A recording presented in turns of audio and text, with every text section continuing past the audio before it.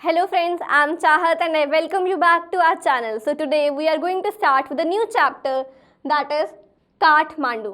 अच्छा, नेपाल की कैपिटल है, पता था? होना चाहिए पता.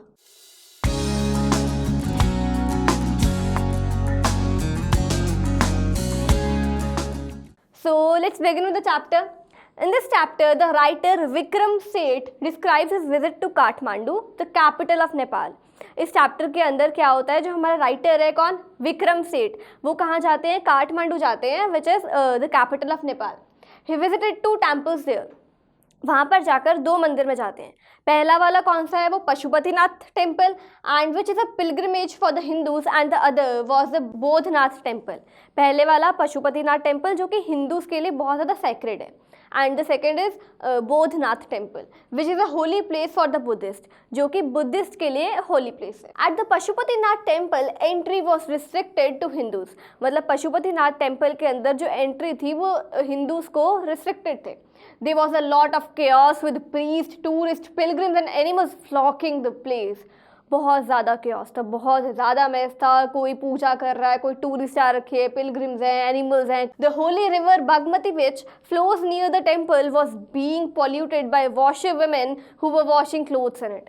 जो होली रिवर वहाँ से निकलती है बगमती, तो उसने बोला काफ़ी ज़्यादा पॉल्यूटेड हो चुकी थी. क्यों? क्योंकि वो जो वहाँ की जो वॉशर वुमेन थी वो अपने कपड़े वहाँ धो रही थी, जो बच्चे थे वो उसी रिवर में नहा रहे थे, और जो वहाँ के रेजिडेंट थे वो सारा कूड़ा कचरा उसी में फेंक रहे थे. और जो वहाँ के रेजिडेंट्स थे वो क्या कर रहे थे, अपना ड्राई और जो फ्लावर्स जो विदर हो चुके हैं, मतलब कि अब भगवान जी को चढ़ाए होंगे, अब पानी में रख के थोड़ा ना चढ़ाए हैं, फूल चढ़ाए हैं, वो थोड़े टाइम बाद सूख जाते हैं, मुरझा जाते हैं, तो वो ड्राई हो चुके हैं, विदर हो चुके हैं, वो जो बचा कुचा सारा सामान है वो भी उस रिवर में फेंक रहे थे. Small shrines protruded on the stone platform and it was said that when the platform would emerge completely, then the goddess would emerge out of it and the end of Kal Yug will be there.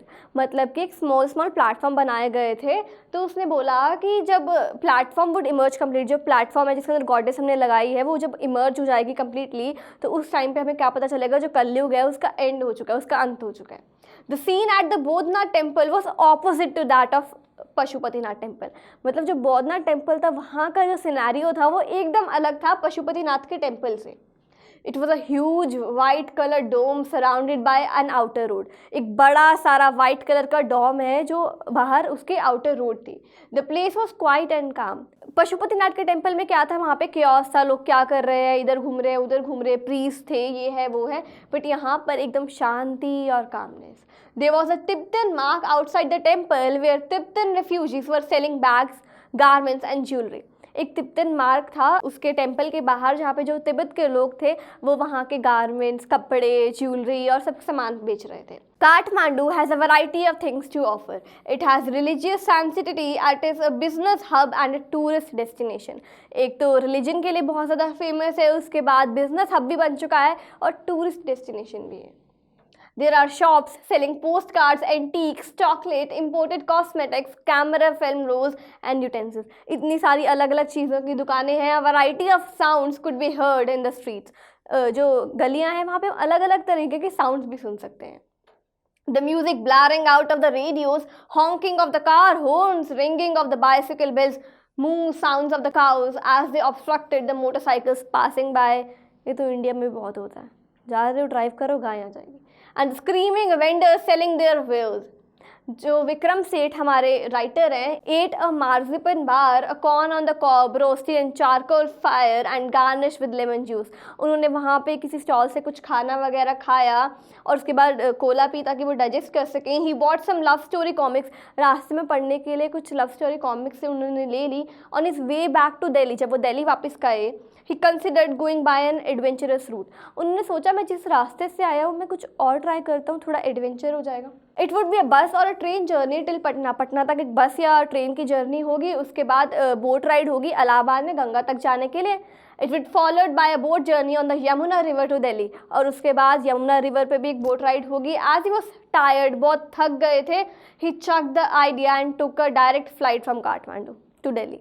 मतलब पहले तो इतना कुछ सोचा मैं ऐसे से जाऊंगा, ये करूंगा वो करूंगा, पर वो थक गए थे. वो कहते एडवेंचर करने की क्या ज़रूरत है, उन्होंने डायरेक्ट फ्लाइट ली काठमांडू से new Delhi. Outside his hotel he saw a flute seller. मतलब कि अपने होटल के बाहर उन्होंने एक बांसुरी बेचने वाले को देखा. He held a pole out of which many flutes popped out like the thorns on a porcupine's body. उन्होंने क्या किया, एक लंबे से डंडे के ऊपर जैसे बांसुरी लगी हुई थी ना, तो ऐसे लग रहा था प्रोक्यूपाइन की बॉडी के जो थॉर्न्स है, मतलब जो कंडे से हैं वो उसकी बॉडी जैसा लग रहा था. The man stood quietly and would take out a different flute. जो मैन आराम से खड़ा था आदमी अलग अलग फ्लूट्स निकाल रहा था. उसके बाद 2-3 मिनट के लिए उसे बजाता, फिर उसे रख देता, कोई और निकालता, फिर उसे बजाता. Once in a while he would sell one of them mindlessly. He played the flute meditatively. एकदम शांति से आराम से उसने वो बांसुरी बजाई. He was unlike other hawkers who screamed to sell their wares. वो बाकी हॉकर्स जैसा नहीं था जो चिल्लाते थे कि ये ले लो वो ले लो. The writer got attracted to the music of the flute. जो राइटर था वो काफ़ी अट्रैक्टेड हो गया उस बांसुरी की आवाज़. Flutes are played in many regions of the world and they vary in appearance. उसने बोला जो बांसुरी है वो दुनिया में अलग अलग जगहों पर बजाई जाती है और बांसुरी की जो अपीयरेंस है अलग अलग जगहों पे अलग अलग है. नेम्स अलग अलग नामों से जानी जाती है और अलग अलग म्यूज़िक वो प्रोड्यूस करती है. The sound of a flute resembles human voice as it is played by exhaling the breath, and its music also pauses when a person inhales a breath. उसने बोला है जो बांसुरी की आवाज़ है वो चेंज करती रहती है जैसे वो इनहेल करता है या एक्सेल करता है. So this was a chapter. Now let's begin with the question answers. The first question is, name the 2 temples the author visited in Kathmandu. Kathmandu के अंदर जो ऑथर था वो कौन कौन से 2 टेम्पल्स में गया था. पहले पशुपतिनाथ टेम्पल एंड दूसरा was Bodhnath temple. The writer says all this I wash down with Coca Cola. तो इस लाइन में ऑल दिस का मतलब क्या है?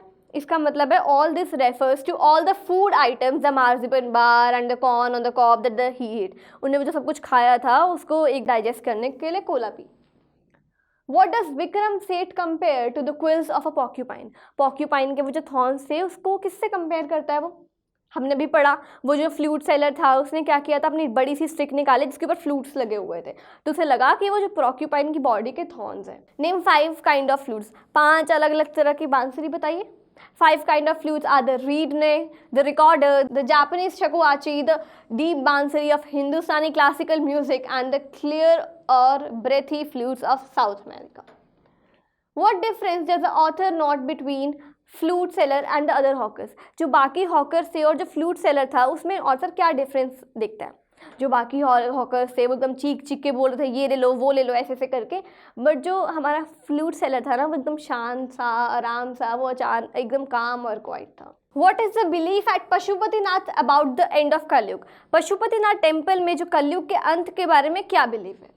The belief at the Pashupatinath temple about the end of Kalyug is that when the small shrine will protrude completely, the goddess will emerge. मतलब जो छोटी वाली shrine है वो protrude हो जाएगी तो जो goddess होंगी वो emerge होगी. इसकी वजह से हमें क्या indication मिलेगी? जो evil period है किसका, कलयुग का, वो खत्म हो गया.